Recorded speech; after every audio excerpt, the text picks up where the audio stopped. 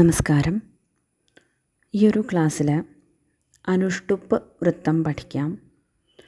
ഇത് നെറ്റിൻ്റെ സിലബസിലും PSC സിലബസിലും കേട്ടറ്റ് സിലബസിലൊക്കെ വരുന്നൊരു ഭാഗമാണ് അനുഷ്ടുപ്പ്. അനുഷ്ടുപ്പ് സമവൃത്തമുച്യത്തെ അസ്യ പ്രത്യേകം പാദേ അഷ്ടൗ അക്ഷരാണി ഭവന്തി. ഓരോ പാദത്തിലും 8 അക്ഷരങ്ങളുള്ള വൃത്തം ഛന്ദസ്സാണ് അനുഷ്ടുപ്പ് എന്ന് പറയുന്നത്. അസ്യ ലക്ഷണം യഥാ ശ്ലോകേ ഷഷ്ഠം ഗുരുജ്ഞേയം സർവത്ര ലഘുപഞ്ചമം ദ്വിചതുഷ്പാദയോർ ഹ്രസ്വം സപ്തമം ദീർഘമന്യയോ.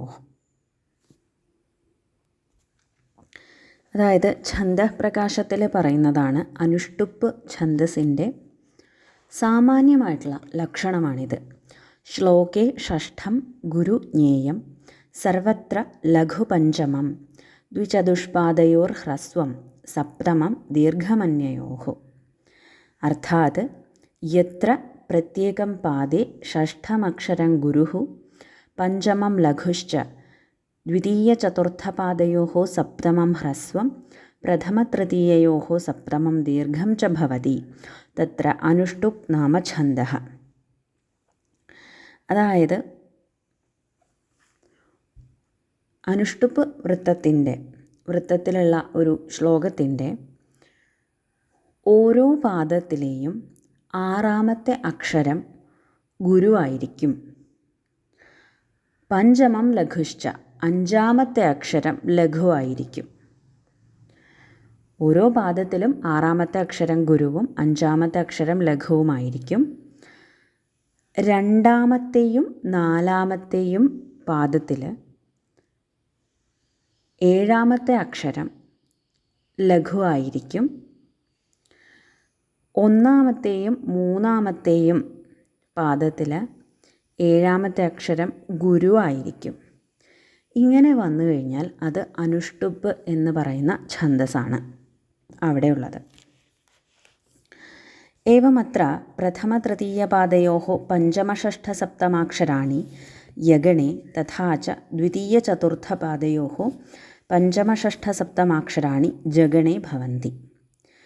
അപ്പോൾ 1ാമത്തെയും 3ാമത്തെയും പാദത്തിലെ 5, 6, 7 അക്ഷരങ്ങൾ അടുപ്പിച്ച് വരുന്നു. അപ്പോൾ അവിടെ യഗണമായിരിക്കും.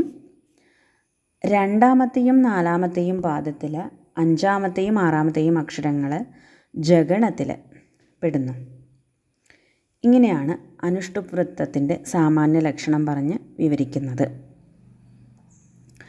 അപ്പം അതിന് ഉദാഹരണം പറയുന്നു. ഉദാഹരണം യഥാ സത്രാസം ച സാനന്ദം കൃഷ്ണേ തൃഷ്ണിതലോചന വൽഗുക്വണിത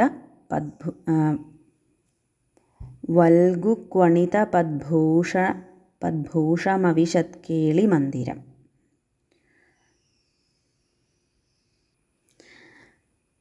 ഈ ശ്ലോകത്തിൽ ഈ പറഞ്ഞ നിയമങ്ങളൊക്കെ വരുന്നു.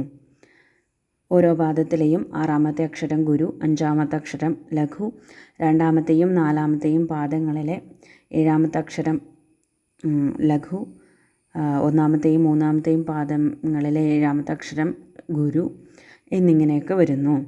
അപ്പോൾ ഇത് അനുഷ്ടുപ്പ് വൃത്തമാണ് ഇവിടെ ഉള്ളത്. ഈ ശ്ലോകത്തിൽ അനുഷ്ടുപ്പ് വൃത്തത്തിൽ എഴുതിയിട്ടുള്ള ഒരു ശ്ലോകമാണിത് എന്ന് പറയുന്നു. അപ്പോൾ ഇത് അനുഷ്ടുപ്പ് വൃത്തത്തിൻ്റെ സാമാന്യ ലക്ഷണമാണ്. ഒരു പാദത്തിൽ 8 വർണ്ണമുള്ള അനുഷ്ടുപ്പിൻ്റെ വളരെ സാമാന്യമായിട്ടുള്ള ഒരു ലക്ഷണമാണ് ഈ പറഞ്ഞ ശ്ലോകേ ഷഷ്ഠം ഗുരുജ്ഞേയം സർവത്ര ലഘുപഞ്ചമം ദ്വിചതുഷ്പാദയോർ ഹ്രസ്വം സപ്തമം ദീർഘമന്യയോഹോ എന്ന് പറഞ്ഞത്. ഇനി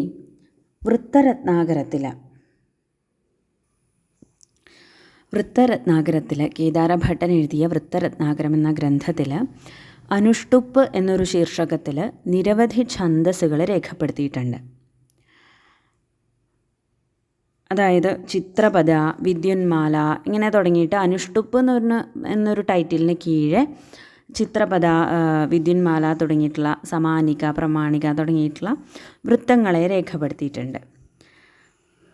അപ്പോൾ ഒരു പാദത്തിൽ 8 അക്ഷരം വരുന്ന ഛന്ദസ്സിന് പൊതുവെ പറയുന്ന പേരാണ് അനുഷ്ടുപ്പ് എന്നുള്ളത്. അപ്പോൾ അതിൽ തന്നെ അക്ഷരത്തിൻ്റെ സ്ഥാനത്തിന് വ്യത്യാസം വരുന്നതനുസരിച്ച് ചിത്രപദ തുടങ്ങിയ പേരുകൾ ഇട്ടിരിക്കുന്നു. അതായത് ഒരു പാദത്തിൽ 8 അക്ഷരങ്ങളുള്ള വൃത്തത്തിനെ അനുഷ്ടുപ്പ് എന്ന് വിളിക്കുമെങ്കിലും ഓരോ അക്ഷരത്തിൻ്റെ സ്ഥാനത്തിന് വ്യത്യാസം വരും. അതായത് ഇപ്പോൾ ചിലയിടത്ത് ആദ്യം ഭഗണം വരാം, ചിലയിടത്ത് ആദ്യം രഗണം വരാം. അങ്ങനെ അക്ഷരത്തിൻ്റെ സ്ഥാന വ്യത്യാസം കൊണ്ട് 8 അക്ഷരം തന്നെ ഉണ്ടാവും ഒരു പാദത്തിൽ, പക്ഷെ ഗണങ്ങളൊക്കെ അങ്ങോട്ടും ഇങ്ങോട്ടൊക്കെ മാറും. അതിൻ്റെ അടിസ്ഥാനത്തിൽ ഈ അനുഷ്ടുപ്പ് തന്നെ ചിത്രപദ എന്ന് വിളിക്കുന്നുണ്ട്, അനുഷ്ടുപ്പിനെ വിദ്യുന്മാല എന്ന് വിളിക്കുന്നുണ്ട്, പ്രമാണിക, സമാനിക എന്നൊക്കെ വിളിക്കുന്നുണ്ട്. അതൊക്കെ അനുഷ്ടുപ്പിൻ്റെ ഉപഭേദങ്ങളാണ്. ശ്ലോകേ ഷഷ്ഠം ഗുരുജ്ഞേയം എന്നുള്ളത് പ്രസിദ്ധമായിട്ടുള്ള ലക്ഷണമാണ്. അതായത് ഛന്ദശാസ്ത്രത്തിൽ 8 അക്ഷരങ്ങളുള്ള ഛന്ദസ്സിൻ്റെ സമൂഹത്തിന് നൽകിയിട്ടുള്ള സംജ്ഞയാണ് അനുഷ്ടുപ്പ് എന്ന് പറയണം. അതുപോലെ തൃഷ്ടുപ്പായാലും ബൃഹതി ആയാലും ശക്വരി ആയാലും അത്യഷ്ടി ആയാലും എല്ലാം അതൊക്കെ ശീർഷകങ്ങളാണ്. അതിൻ്റെ ഓരോന്നിനും ഇങ്ങനെയുള്ള വിഭാഗങ്ങളുണ്ട് എന്ന് മനസ്സിലാക്കണം. അപ്പോൾ ഈ അനുഷ്ടുപ്പിലെ തന്നെ ചിത്രപദ എന്നുള്ള അനുഷ്ടുപ്പ് അതെന്താണെന്ന് നോക്കാം. അതിൻ്റെ ലക്ഷണം വൃത്തരത്നാകരത്തിൽ ഇങ്ങനെ പറയുന്നു: ഭൗ ഗിതി ചിത്രപദ ഗഹ, ഭൗ ഗിതി ചിത്രപദ ഗഹ, ഭഗണൗ ഗുരു ച യത്ര പാദേ സാ ചിത്രപദ ഭവതി. അതായത് ഒരു പാദത്തിൽ 2 ഭഗണങ്ങളും 2 ഗുരുവും വരികയാണെങ്കിൽ ആ വൃത്തത്തിനെ ചിത്രപദ എന്ന് വിളിക്കുന്നു. ഗണം എങ്ങനെയാണ് തിരിക്കുക എന്നുള്ളത് എല്ലാവർക്കും അറിയാമെന്ന് വിചാരിക്കുന്നു. അപ്പോൾ ഉദാഹരണം ഇവിടെ പറയുന്നു: യസ്യ മുഖേ പ്രിയവാണി ചേതസി സജ്ജനതാ ച ചിത്രപദാപി ച ലക്ഷ്മീസ്തം പുരുഷം ന ജഹാതി. അപ്പോൾ ഇത് ഗണം തിരിക്കുമ്പോൾ 2 ഭഗണവും ഗുരു ഗുരു എന്നിങ്ങനെ കിട്ടുന്നു. ഇങ്ങനെ കിട്ടിക്കഴിഞ്ഞാൽ അതിനെ ചിത്രപദ എന്ന വൃത്തം എന്ന് വിളിക്കാം. ഭൗ ഗിതി ചിത്രപദ ഗഹ എന്ന ലക്ഷണം. ഭഗണൗ ഗുരു ചയത്ര പാദേ സാ ചിത്രപദ ഭവതി. 2 ഭഗണങ്ങളും 2 ഗുരുക്കളും വരികയാണെങ്കിൽ അതിനെ എന്ത് വിളിക്കുന്നു? ചിത്രപദ എന്ന് വിളിക്കുന്നു. ഇനി ഛന്ദോമഞ്ജരി എന്നുള്ള ഗ്രന്ഥത്തിൽ ചിത്രപദയുടെ ലക്ഷണം ഇങ്ങനെയാണ് പറയുന്നത്: ചിത്രപദ യതി ഭൗ ഗൗ, ചിത്രപദ യതി ഭൗ ഗൗ. ഇത് തന്നെ അർത്ഥം. 2 ഭഗണങ്ങളും 2 ഗുരുക്കളും, അതിനെ ചിത്രപദ എന്ന് പറയുന്നു. അവിടെ അതിന് ഉദാഹരണം പറയുന്നത് ഈ ശ്ലോകമാണ്: യാമുനസൈകതദേശേ ഗോപവധൂജലകേളൗ കംസരിപോർ ഗതിലീല ചിത്രപദ ജഗദവ്യാത് എന്നതാണ് അവിടെ ഉദാഹരണം പറയണത്. അപ്പോൾ ചിത്രപദ എന്നുള്ള അനുഷ്ടുപ്പിനെ കിട്ടി. അതായത് 2 ഭഗണങ്ങളും 2 ഗുരുവും വന്നാൽ ചിത്രപദ അനുഷ്ടുപ്പാണ്. ഇനി അടുത്തത് രണ്ടാമത്തെ ഭേദം അനുഷ്ടുപ്പിൻ്റെ വിദ്യുന്മാല എന്നുള്ളതാണ്. വിദ്യുന്മാല ഇതിൻ്റെ ലക്ഷണം വൃത്തരത്നാകരത്തിൽ പറയണത്: മോ മോ ഗോ ഗോ വിദ്യുന്മാല, മോ മോ ഗോ ഗോ വിദ്യുന്മാല എന്നാണ്. എന്ന് പറഞ്ഞാൽ എന്താണ്? യതി പാദേ മഗണൗ ദ്വൗ ഗുരു ച ഭവതസ്തദാ വിദ്യുന്മാല നാമ വൃത്തം ചതുർഭിഃ ചതുർഭിഃ ച യതിരിതി സമ്പ്രദായഃ. അതായത് 2 മഗണങ്ങളും 2 ഗുരുക്കളും വന്നു കഴിഞ്ഞാൽ ആ അനുഷ്ടുപ്പിനെ എന്ത് വിളിക്കുന്നു? വിദ്യുന്മാല. ആ വൃത്തത്തിനെ വിദ്യുന്മാല എന്ന് വിളിക്കുന്നു. 4 അക്ഷരം കഴിയുമ്പോൾ വിരാമവുമുണ്ട്, യതിയുമുണ്ട് എന്നർത്ഥം. 4 അക്ഷരം കൂടുമ്പോൾ യതിയുമുണ്ട്.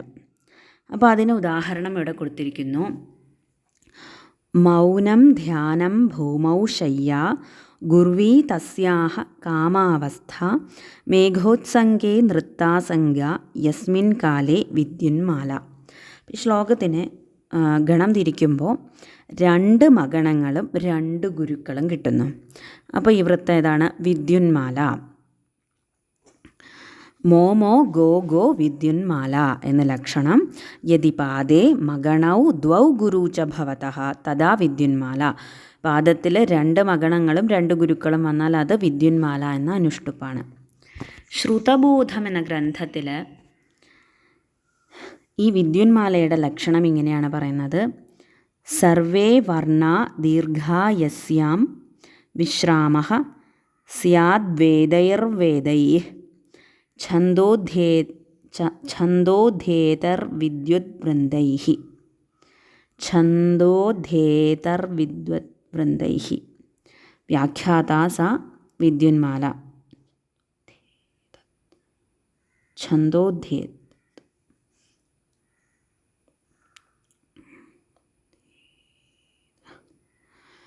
എന്ന് വിദ്യുന്മാലയുടെ ലക്ഷണം പറയുന്നു ശ്രുതബോധത്തിൽ. ഇനി ഛന്ദോമഞ്ജരിയിൽ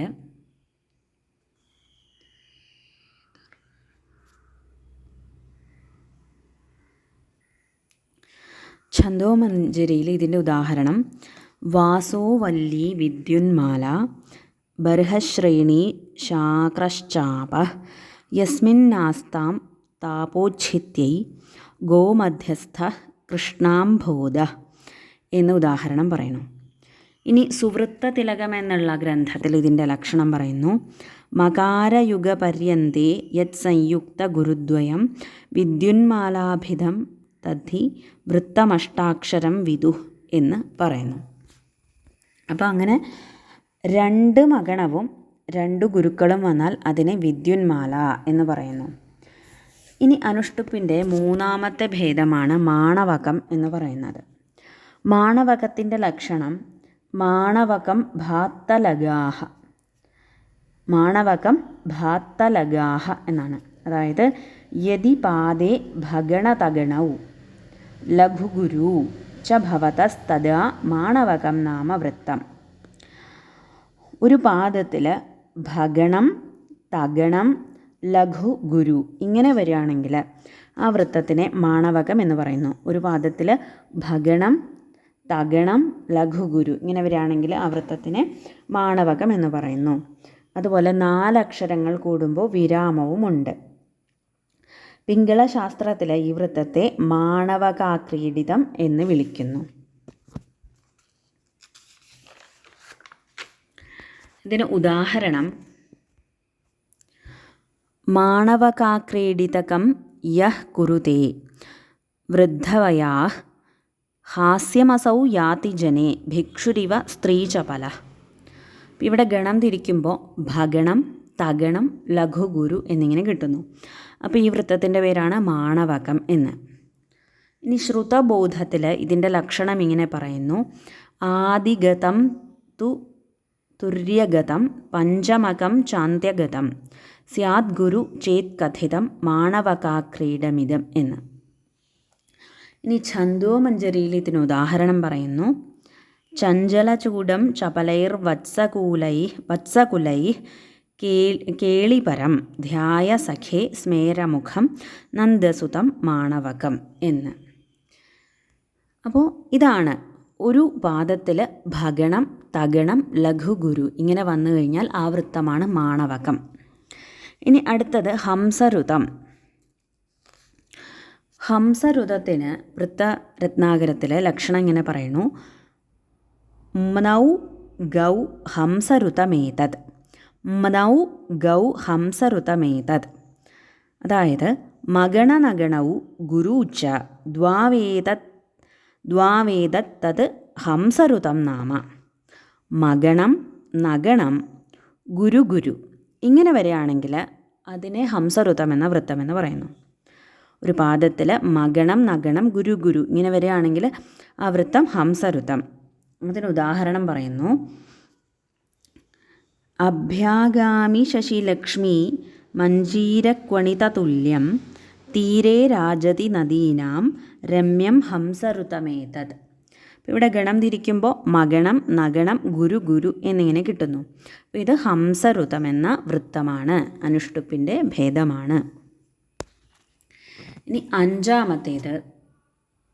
അഞ്ചാമത്തെ അനുഷ്ടുപ്പിൻ്റെ ഭേദമാണ് സമാനിക അഥവാ സമാനി. ഇതിൻ്റെ ലക്ഷണം പറയുന്നു. ർജൗ സമാനിക ഗളൗച്ച. ർജൗ സമാനിക ഗളൗച്ച. അതായത് യദി പാദേ രഗണജഗണൗ ഗുരുലഘൂ ച ഭവന്തി തദാ സമാനിക നാമ വൃത്തം ഭവതി. യദി പാദേ രഗണജഗണൗ ഗുരുലഘൂ ച ഭവന്തി തദാ സമാനിക നാമ വൃത്തം ഭവതി. ഒരു പാദത്തിൽ രഗണം, ജഗണം, ഗുരുലഘു എന്നിങ്ങനെ വരികയാണെങ്കിൽ ആ വൃത്തത്തിനെ സമാനിക എന്ന് വിളിക്കുന്നു. ഒരു പാദത്തിൽ രഗണം, ജഗണം, ഗുരുലഘു ഇങ്ങനെ വരികയാണെങ്കിൽ ആ വൃത്തത്തിനെ സമാനിക എന്ന് വിളിക്കുന്നു. അതിന് ഉദാഹരണമാണ് യസ്യ കൃഷ്ണ പാദപദ്മമസ്തി ഹൃത്തടാക സദ്മ ധീ സമാനിക പരേണ നോചിതാത്ര മത്സരേണ എന്ന ഛന്ദോമഞ്ജരിയിൽ ഉദാഹരണം പറയുന്നു. അപ്പോൾ ഇവിടെ ഗണം തിരിക്കുമ്പോൾ രഗണം, ജഗണം, ഗുരു, ലഘു എന്നിങ്ങനെ കിട്ടുന്നു. അപ്പോൾ ഈ വൃത്തമാണ് സമാനിക എന്ന അനുഷ്ടുപ്പ്. ഇനി ഛന്ദോമഞ്ജരിയിൽ ഇതിൻ്റെ ലക്ഷണം ഇങ്ങനെയാണ് പറയണത്. ഗ്ലൗ രജൗ സമാനികാതു. ഗ്ലൗ രജൗ സമാനികാതു എന്ന്. ഇനി അനുഷ്ടുപ്പിൻ്റെ 6ാമത്തെ ഭേദമാണ് പ്രമാണിക അഥവാ പ്രമാണി. ഇതിൻ്റെ ലക്ഷണം എങ്ങനെയാണ്? പ്രമാണിക ജരൗ ലഘൗ. പ്രമാണിക ജരൗ ലഘൗ. അതായത് ജഗണരഗണൗ ലഘുഗുരുച പ്രമാണിക. ജഗണരഗണൗ ലഘുഗുരുച പ്രമാണിക. ജഗണവും രഗണവും ലഘു ഗുരു ഇങ്ങനെ ഒരു പാദത്തിൽ കിട്ടിയാൽ അതാണ് പ്രമാണിക.